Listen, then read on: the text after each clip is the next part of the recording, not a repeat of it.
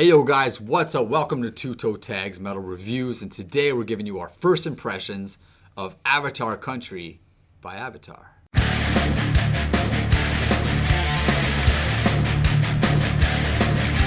So yo, I've been waiting for this album to come out basically ever since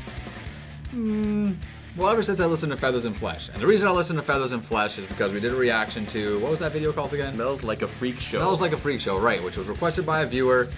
Then I started looking up their stuff, looked up Feathers and Flesh was their album, listened to that album, had a very weird first impression of that album. Yeah, I first listened to it and I was like, whatever. Then I gave it another chance, and I was like, you know, the first song or second song, whatever, I can't remember what it was, but I was like, this is actually really fucking cool. Like, I love this.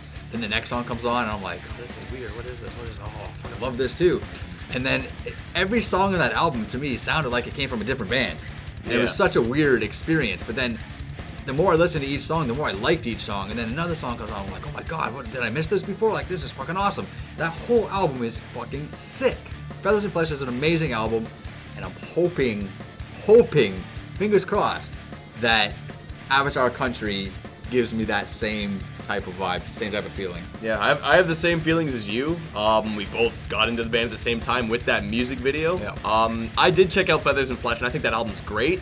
But I was listening a lot more to Black Waltz, which is the album where Smells Like a Freak Show is from. Yep. And I've been listening to that album like, holy shit, like, this album's great. Yeah, I never really even gave that one a chance, really. I was too hooked on Feathers and Flesh. I was like the opposite, really. Yeah. Too hooked on Black Waltz. But I'm hyped for this release, and I found it funny that right when we reacted to the band, we both started to enjoy it, and we're like, oh wow, they're coming out with a new album, so let's review it. So we're going to go listen to this album in its entirety for the very first time, and we'll be right back to give you guys our first impressions of Avatar Country. Hey guys, we're back, and we just listened to Avatar Country for the very first time in its entirety. So, first impressions, TV Fish, take the floor. This album is not very good. I'm gonna be frank. It was pretty weak for multiple reasons. Now, Avatar, they're like, weird is their norm. You cannot put this band in a specific style or genre. They kind of do their own thing, jump around between genres. Like, you hear a lot of different things with this band. Yeah. And that was there on this album. Some of the songs I felt like were very adventurous in genre, but ultimately I kind of felt flat. The main culprit, the name was The King Welcomes You to Avatar Country. It took country rather literally, as it had a country-esque vibe. Very. Yeah. Kind of sounded like just classic rock. Quite a turnoff. It was, like, I appreciated the effort. I'm like, wow, this is something new. Is this something I really haven't heard from the band before? I don't really like it, though. It was kind of... Some bands will take a chance at things and it'll pay off. Some bands will take a chance at things and it's a complete flop. This was a flop. Yeah, so while I do appreciate that the fact they took the chance, it did not work.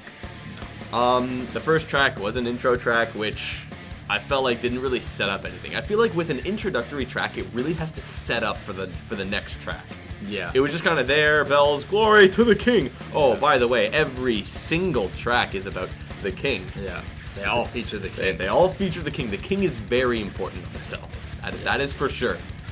But the absolute worst track on this album is, what is it called? The King Speaks. Holy shit.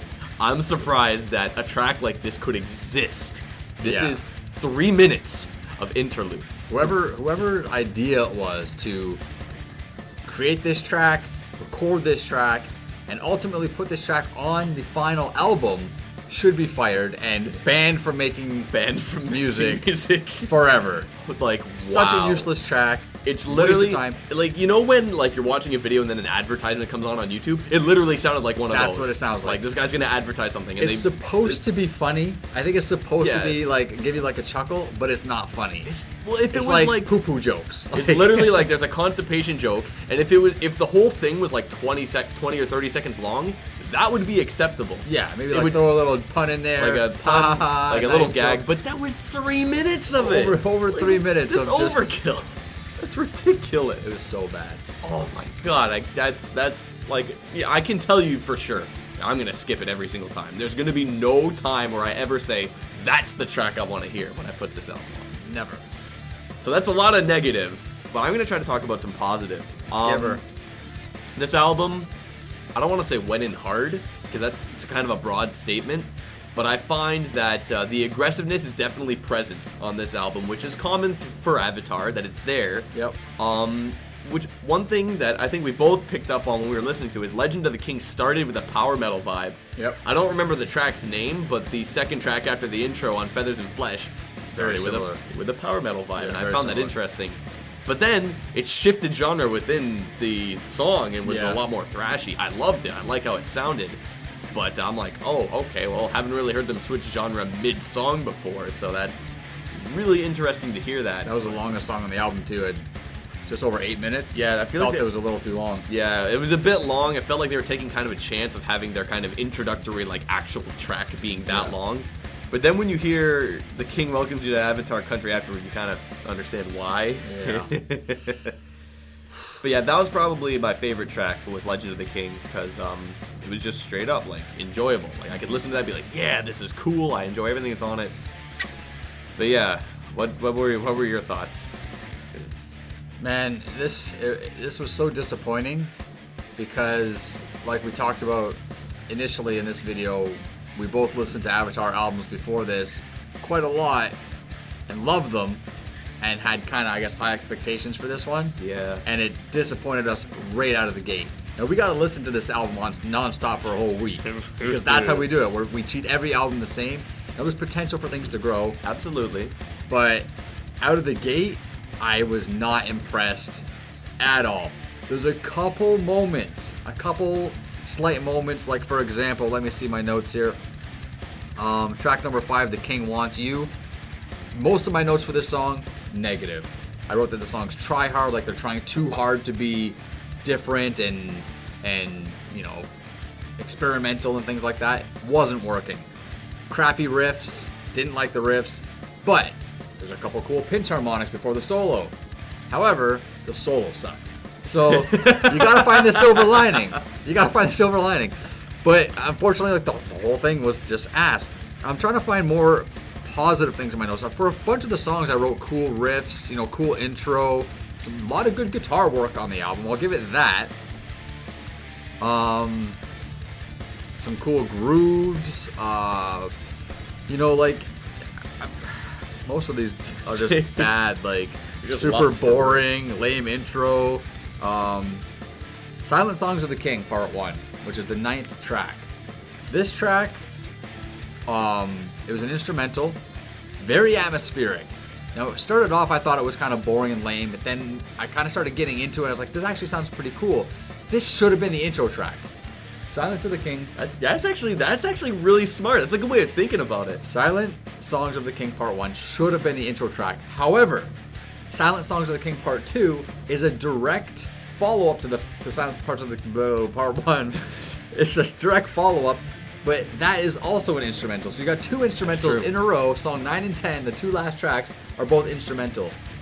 Should have been the first track, and Part 2 should have had lyrics. That would have been a great way to kick off the album. Would have been just a lot better than what they had. And the track arrangement on this album is so bad. Oh, it's whack. So whack. And you're thinking, this doesn't, like, the second song, which is kind of like the first main song, not including the interlude, sounds like a final song. Yeah, that should have been the end. And then you got the end of the album, which sounds like it should be the beginning of the album.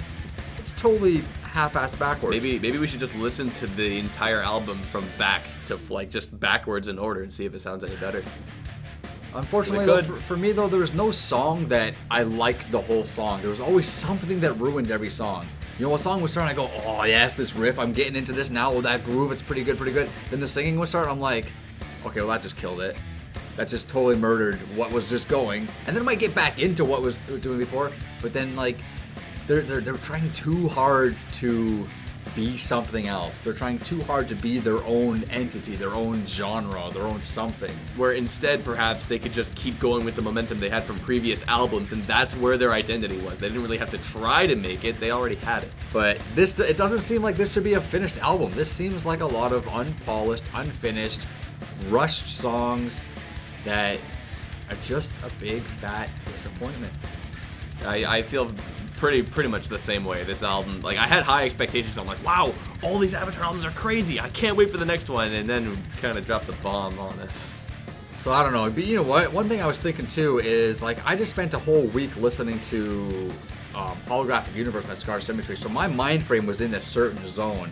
Then you flip over to this, and it's like it's hard. You're shifting gears. You gotta shift gears in your mental state in order to appreciate something like this. So I'm hoping, again, fingers crossed, that by listening to this more and more, I'll start to appreciate it more. Because that's what happened with Feathers and Flesh when I started, like I mentioned earlier. I didn't really get it the first time I listened to it, but then the more I listened to it, the more I started going, wow, this is actually really cool. This is really cool. I'm like, whoa, what's this? What's this?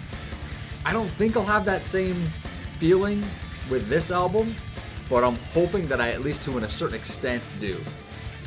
Yeah, when we listened to this album, like, for the first time, I kind of thought to myself, I think this album might be a chore for me to get through for the week. But, I mean, everything definitely has its potential to grow. We've had albums where we didn't really like how it sounded at first, and then we came back a week later and said, you know what, this album's good. Yeah. This album has a lot of good in it. So, yeah, I'd never say an album does not have potential, because I think every single album, no matter how bad our first impression is, will have potential to grow. We can be doubtful of it, but I feel like it's always going to be there, and it's definitely there for this album. We'll see what happens, but anyway, that's it for our first impressions. Not very good. It's unfortunate. I'd still like to hear your thoughts below, though, so leave a comment, drop a like if you guys like the video, be sure to subscribe if you guys are new to the channel. We'll be back next week with our final review of Avatar Country. Until next time, I'm Vile Self. I'm TV Fish. We'll see you guys later.